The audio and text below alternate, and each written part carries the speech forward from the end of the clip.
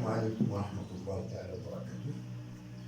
Aujourd'hui, on va traiter les branches infinies en polaire. On va commencer par des cas. Lorsque on va étudier le cas lorsque θ tend vers plus l'infini. Par exemple, rho de θ défini sur un intervalle du type A plus l'infini. Si la limite de rayon polaire égale à 0. Lorsque le rayon polaire égale à 0, donc le point M de coordonnées polaires rho de θ, bien sûr, il va très proche du point O. Donc le point O, ça s'appelle alors au point asymptote à la courbe. Donc, si la limite θ tend vers plus l'infini ou plus ou moins l'infini de rho de θ égale 0, si je passe aux coordonnées cartésiennes, j'aurai x de θ qui est égal à rho de θ cos θ. Rho de θ, c'est une fonction qui tend vers 0 et cos θ, c'est une fonction bornée. Donc le produit, ça va tendre vers 0. Pareil pour y de θ. Donc comme θ tend vers l'infini, mθ reste très voisin du point origine O0, 0. On dit alors que O0, 0 est un point asymptote à la courbe gamma. Donc l'écriture, c'est-à-dire là, pour des θ qui sont loin de l'infini, et après, plus que θ c'est plus grand, plus que le point, que les points de la courbe sont très proches de l'origine. Voilà, on va donner un exemple. Exemple, rho de θ égale à 1 sur θ carré plus 1. C'est-à-dire les x de θ comme coordonnées cartésiennes, c'est donc cos θ sur 1 plus θ carré. Et y de θ, c'est sinus θ sur 1 plus θ carré. Apparemment, cos rho de θ tend vers l'infini. Donc le point O0, 0 est un point asymptote à notre courbe gamma. Et donc, dans cette situation, il est mieux de travailler avec les coordonnées cartésiennes pour bien illustrer la courbe. Maintenant, si rho de θ tend vers un nombre réel non nul A, alors on dit que le cercle C de centre O0, 0 et du rayon valeur absolue de A est un cercle asymptote à gamma. C'est-à-dire, lorsque θ tend vers l'infini, l'angle, la distance mθ tend vers la valeur absolue de A, parce que la distance OM, c'est la valeur absolue de rho de θ. Et lorsque θ tend vers plus l'infini, rho de θ tend vers A. Donc la valeur absolue tend vers la valeur absolue de A. Donc, quand θ devient grand, le OM sera très proche de la valeur absolue de A. Et donc, les points sont très voisins des points du cercle C. Donc, C s'appelle cercle asymptote à la courbe. Je passe maintenant à notre cas. On va maintenant traiter le cas où la limite de rayon polaire égale à l'infini lorsque θ tend vers un nombre. Donc, soit alors le point de coordonnées polaires rho θ cos θ, c'est-à-dire les cartésiens rho θ cos θ et rho θ sin θ par le cartésien. On va travailler dans le repère O Uθ0, Vθ0. Vous connaissez bien c'est quoi Uθ0, donc je dispose alors de repère initial pour IG. Et j'ai quelque part un vecteur Uθ0. Uθ0, on peut le considérer comme ça. Voici Uθ0, il fait l'angle θ0 avec le vecteur I.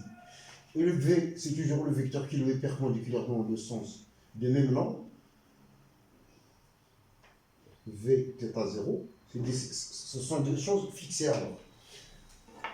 Donc, on va déterminer à l'aide de rho et θ les coordonnées grand X, grand Y qui dépendent de θ dans ce repère O Uθ0, Vθ0. On sait bien que OM, c'est grand X Uθ0 plus grand Y Vθ0 par définition des coordonnées. Mais de notre côté,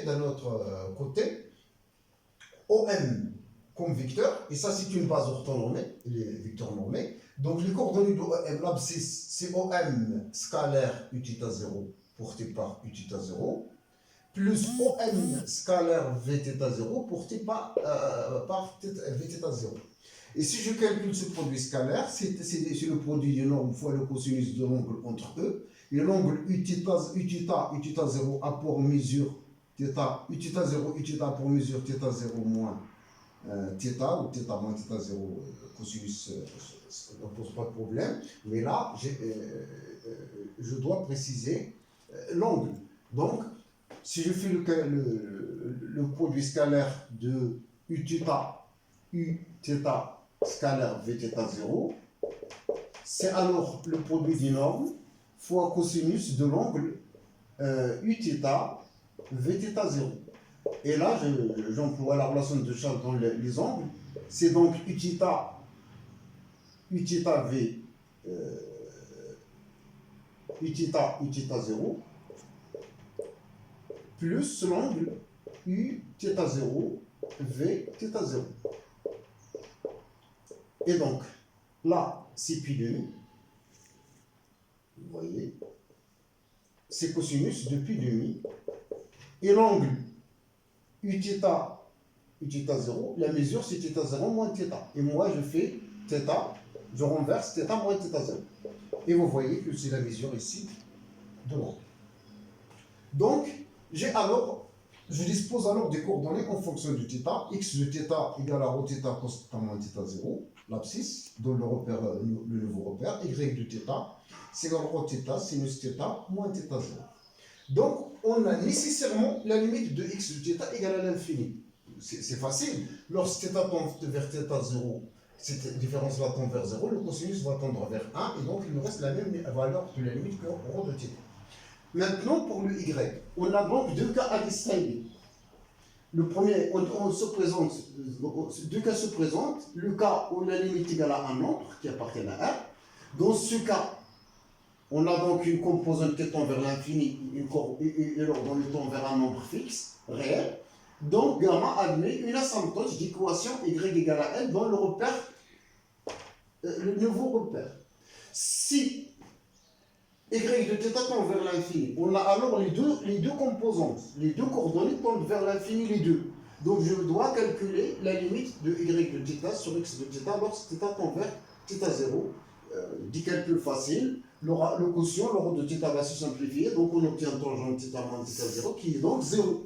Donc j'ai donc gamma admet une branche parabolique de direction OX quand θ tend vers θ0. C'est toujours l'étude sur le nouveau repère. On va traiter par exemple, il y a cet exemple, rho de θ égale à 1 sur cosinus de 2θ. Étudier la branche infinie du support gamma quand θ tend vers pi demi, pi sur 4 moins. Donc, je calcule alors les limites. La limite de rho de θ tend vers pi sur 4, c'est plus l'infini. C'est clair, le cosinus va tendre vers 0, et θ tend vers pi sur 4, de θ va tendre vers pi demi moins, donc cosinus tend vers 0 plus. 1 sur 0 plus, c'est plus l'infini. Donc, j'ai alors x de θ, je remplace le calcul, le θ0 c'est pi sur 4. J'ai la limite de x de θ, c'est clair que c'est plus l'infini, c'est le même, c'est toujours cos 0 fois l'infini. Et la limite de y de θ, θ tend vers pi sur 4, fois, je m'excuse, voilà, fois y de θ, c'était sur le rapport. Je remplace carrément y de θ. Et là, j'applique le théorème de Jonda. J'ai un rapport. J'ai le rapport, c'est sinus θ moins pi sur 4 sur cosinus de θ. Donc, la limite de ce rapport, je peux remplacer le numérateur l'identité par les dérivés. C'est la dérivée, lorsqu'il est possible, pour aller rapide dans le calcul. Donc, la dérivée du sinus θ moins pi sur 4, c'est cos θ moins pi sur 4. La dérivée de cosinus de 2θ, c'est moins 2 fois sinus de 2θ. Lorsque je remplace le calcul, j'obtiens la valeur, c'est moins 1,5. Donc, gamma admet donc une asymptote d'équation y égale à moins 1,5 dans le repère O, UTP sur 4 et VP sur 4. Donc, par exemple, donc, une illustration de la construction rapide. J'illustre ça par une construction. Donc, par exemple, j'ai le terme en pi sur 4. Donc, j'aurai pi sur 4 dans mon angle, pi sur 4. Et donc, le vecteur i, mais le vecteur u pi sur 4, c'est celui-là. Voilà. L'autre vecteur v pi sur 4. Et la droite a pour équation y égale à 1 moins 1 demi. Donc, voici les coordonnées positives, les abscisses positives, les ordonnées positives. Donc, je dois prolonger de l'autre côté pour avoir, là c'est 1, là c'est moins 1. Et donc, j'ai un moins 1 demi ici. Et donc, ma droite, elle a pour équation y égale à moins 1 demi. Et donc, c'est la somme. Et donc, la courbe. Le rayon polaire, comme θ pi sur 4 en moins, c'est ça. Donc, faites attention là. Voici θ. Donc, j'aurai la courbe dans cette zone puisque le rayon polaire est positif. Et donc, ou bien la courbe se cite de manière, ou de l'autre manière, lorsque θ envers pi sur 4 moins. Et voilà, je vous remercie. À la vidéo prochaine, Inch'Allah. Merci bien.